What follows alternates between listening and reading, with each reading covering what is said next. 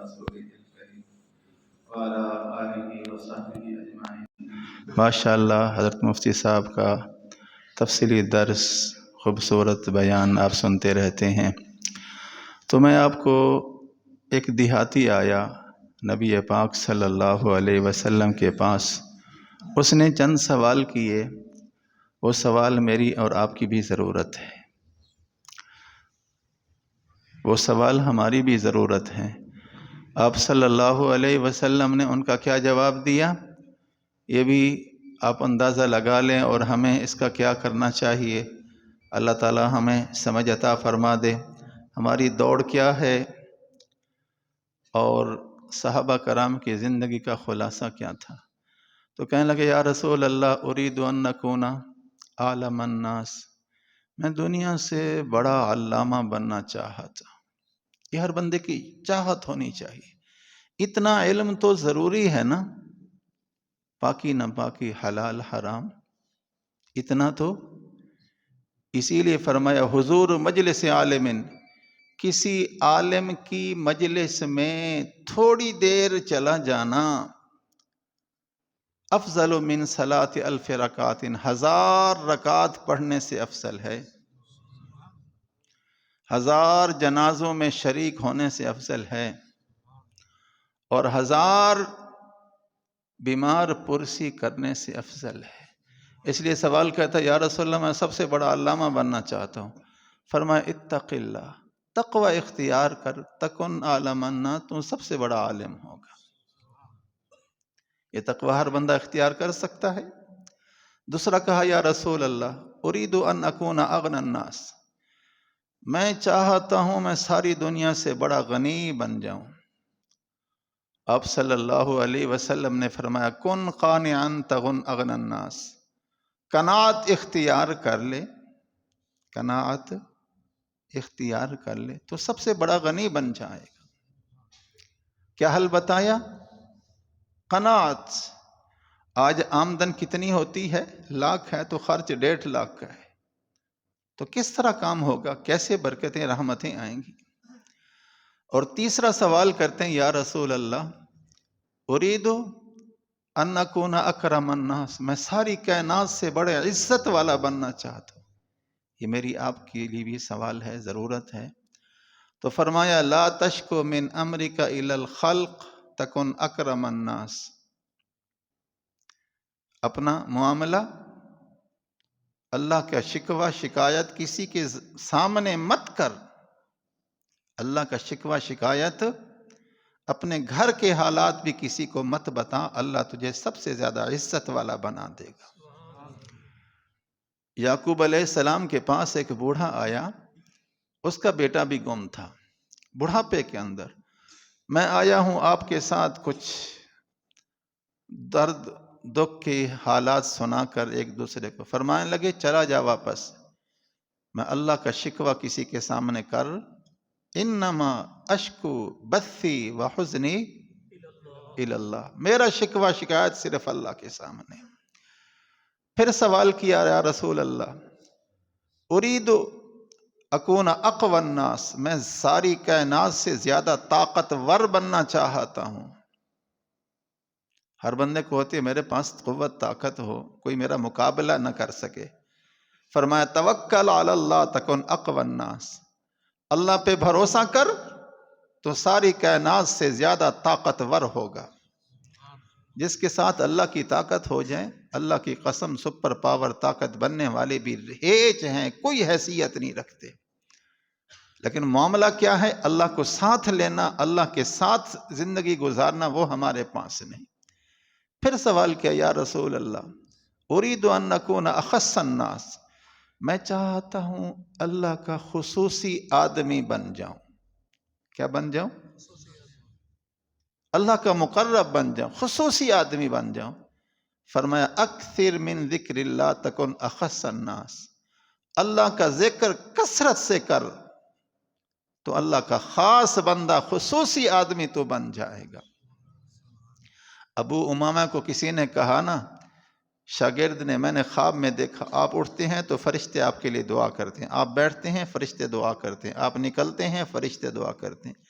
انہوں نے کہا تجھے بھی وہ نسخہ بتا سکتا ہوں، عمل بتا سکتا ہوں۔ کہتے بتاؤ؟ کہتا اللہ کا فرمان ہے اذکر اللہ ذکرن، کثرت سے اللہ کا ذکر کر تو فرشتے اٹھتے بیٹھتے چلتے پھرتے تیرے لیے دعائیں کریں گے، اور یاد رکھو فرشتے کی دعا کوئی بھی رد نہیں ہو سکتی۔ پھر فرمایا یا رسول اللہ ارید ان نکون عادل الناس، میں کہتا ہوں میں عادل بنوں، میرے سے ظلم نہ ہو، میری زندگی انصاف سے بھری ہوئی ہو۔ تو کیا فرمایا احب للناس ما تحب لنفسک، جو اپنے لیے پسند کرتا ہے اپنے بھائی کے لیے بھی وہی پسند، اپنے لیے پسند کرتے ہیں جنت، اوروں کے لیے بھی کیا پسند کریں؟ جنت۔ اور آخری سوال کیا یا رسول اللہ ارید اکون خیر الناس، میں ساری کائنات سے بہترین بننا چاہتا ہوں۔ فرمایا کن نافعا للناس، ایسا بن کہ تیری ذات سے لوگوں کو نفع ملے تو ساری کائنات سے بہترین انسان بن جائے گا۔ ساری کائنات سے ایک نفع یہ ہے کسی بھوکے کو کھانا کھلانا، ننگے کو کپڑا پہنانا۔ اصل نفع کیا ہے؟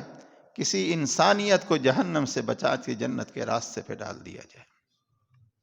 آج اس فکر والے بہت کم ہیں۔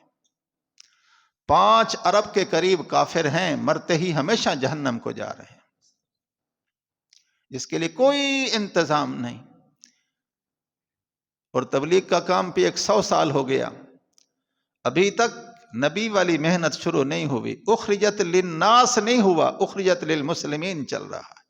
محنت ہو رہی ہے صرف کس پر؟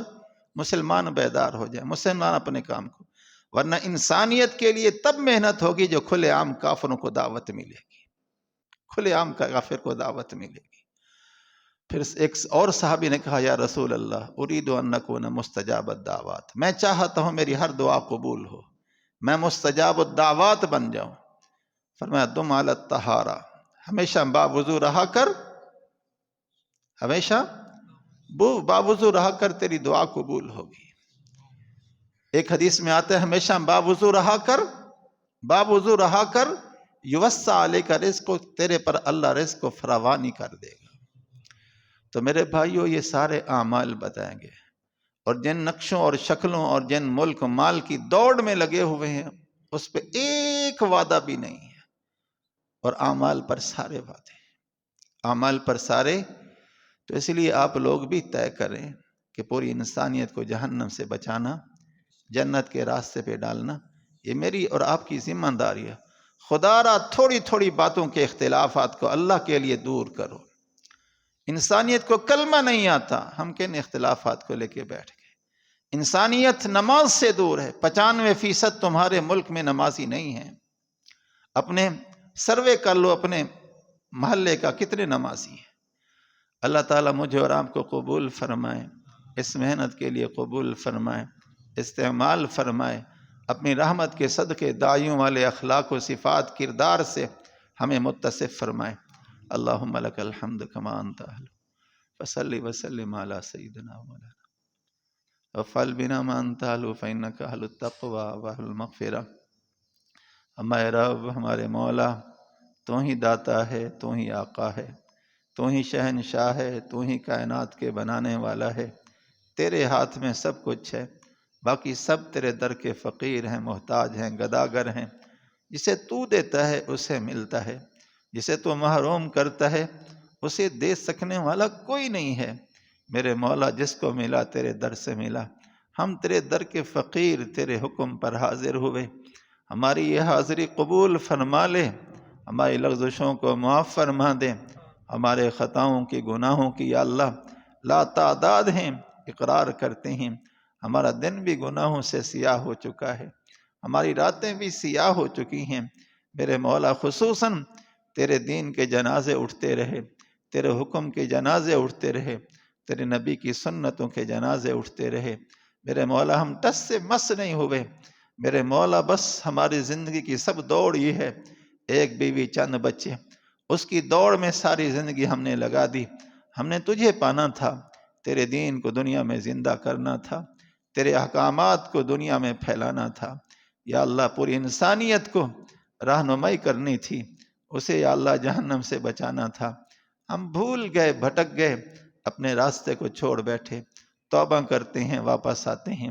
ہمیں قبول فرما دے، ہمیں دین کے مٹنے کا غم نصیب فرما دے، امت کی فکر نصیب فرما دے، ہمارا ظاہر اچھا کر دے، ہمارا باطن اچھا کر دے۔ ہمارے دل کی دنیا ویران ہے، اسے یا اللہ آباد فرما دے، ایمان کے نور سے منور فرما دے، ہماری ہڈی بوٹی میں اپنی محبت پیوست کر دے۔ والذین آمنوا اشد حبا للہ کا وہ درجہ محبت کا عطا فرما دے، اتنا محبتیں دے دے کہ ہمارا جینا مرنا سب تیرے لیے ہو جائے، ہم تیرے لیے جئیں، تیرے لیے مریں، تیرے لیے کھائیں، تیرے لیے پئیں، ہمیں ایسا بنا دے، اور اپنے محبوب کی اتنی محبت دے دے، ہر سنت پہ ہمیں جان دینے کا جذبہ بن جائے۔ اے اللہ ہمیں دنیا میں تیرے دین کو زندہ کرنے کے لیے ہمیں قبول فرما لے، ہماری نسلوں کو قبول فرما دے، جنت الفردوس واجب فرما دے، جہنم حرام فرما دے۔ میرے مولا داعیوں کے ساتھ ہمیں قیامت کو حشر فرما دے۔ میرے مولا جس کونے میں یا اللہ کسی کونے خطرے میں ہمیں بھی کھڑا فرما دینا، اپنا فضل فرما دے، ہماری دعاؤں کو قبول فرما دے، اس مسجد مدرسے کو آباد و شاداب فرما دے، اس کے معاونین کو بہت بہت جزائے خیر دے دے، اس کے نمازیوں کی دونوں دنیاوی سامی مرادیں پوری فرما دے، حضرت مفتی صاحب کی زندگی میں برکتیں خیریں عطا فرما دے، ان سے زیادہ دین کا کام لے لے، قبولیت اور قابلیت، اہلیت، صلاحیت ساری نعمتوں سے مالا مال فرما دے۔ جیسے یا اللہ تو نے مسجد میں اکٹھا کیا ہے، ہمیں جنت الفردوس میں اکٹھا فرمانا، ہمیں جنت الفردوس میں اکٹھا فرمانا، ہمیں جنت الفردوس میں اکٹھا فرمانا۔ صلی اللہ تعالی علی خیر خلقہ محمد وعلی آلہ وسلم۔